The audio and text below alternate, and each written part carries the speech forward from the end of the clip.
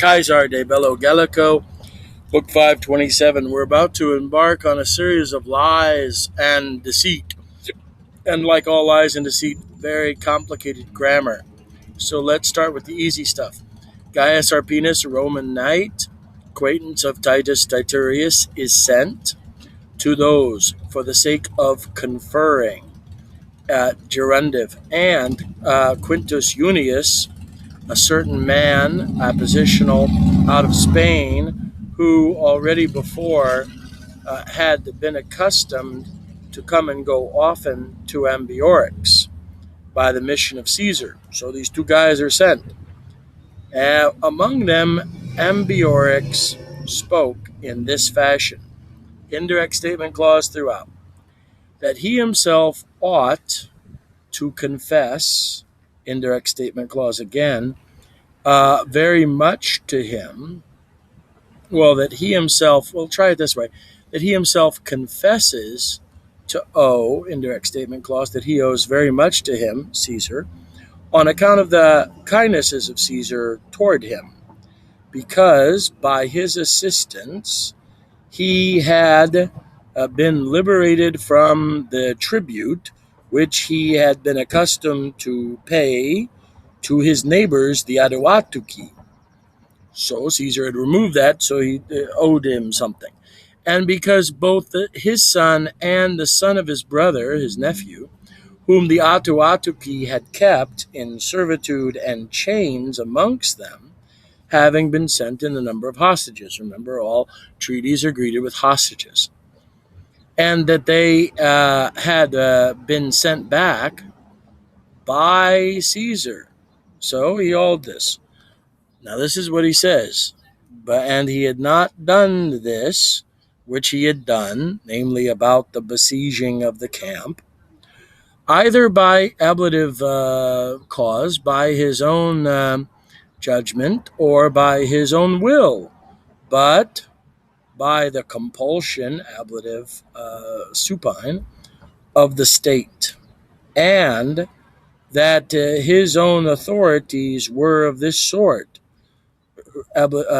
subjunctive result clause, that the multitude has not less of power or jurisdiction toward him than he himself toward the multitude. So he's saying, I didn't really plan this. This was kind of a joint effort of the Gauls. Moreover, there's the reason why, that this is the cause of the war to the state of the Eburones. So therefore, honk, subject phrase, and then a predicate or equational phrase, the cause of the war.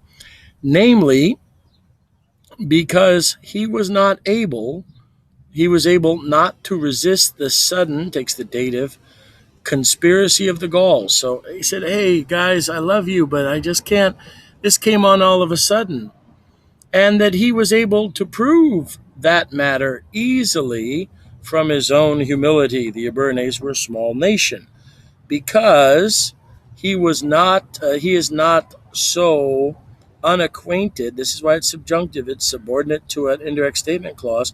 He was not so unacquainted of things that he's trusting, indirect statement clause, that he is able to overcome the Roman people by his forces, but that this plan is the common plan of all the Gauls. So it's not just the Eburones, but it's all the nations, that this day has been said. That's why it's neuter. That's what part. It's not neuter. It's accusative, masculine, singular. This day has been stated as the appointed day for the besieging of all the winter quarters of Caesar, a gerundive, and dative, probably of purpose.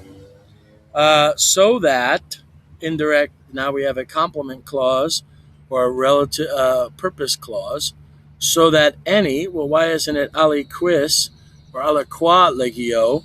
Well, it's because it's after C's and nays, the allies go away, so that any legion would not be able to go to the aid, takes the dative of the other legion, double dative, dative of purpose, dative of reference.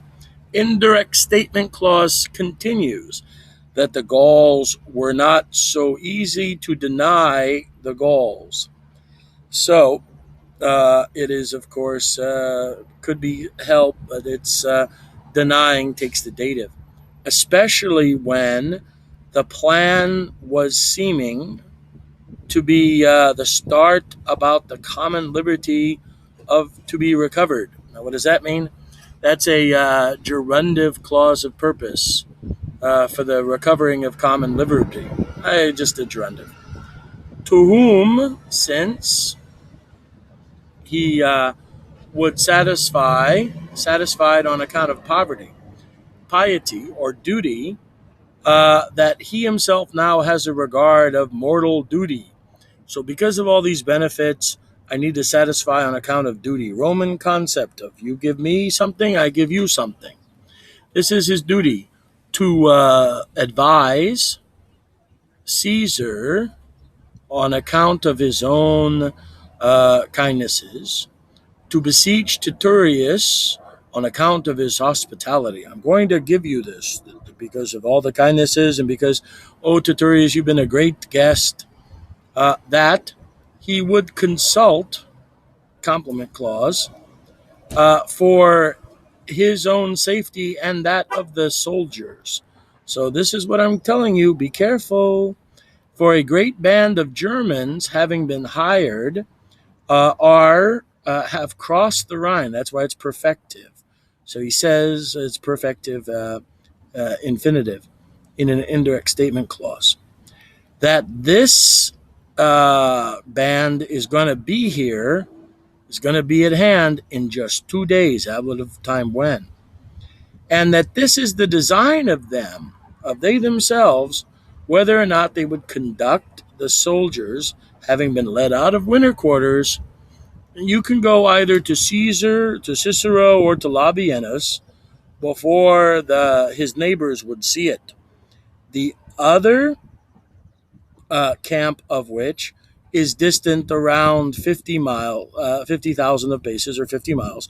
The other a little farther. So you got two choices, guys. You can do this, and we'll let you go. We're just the little Liberines.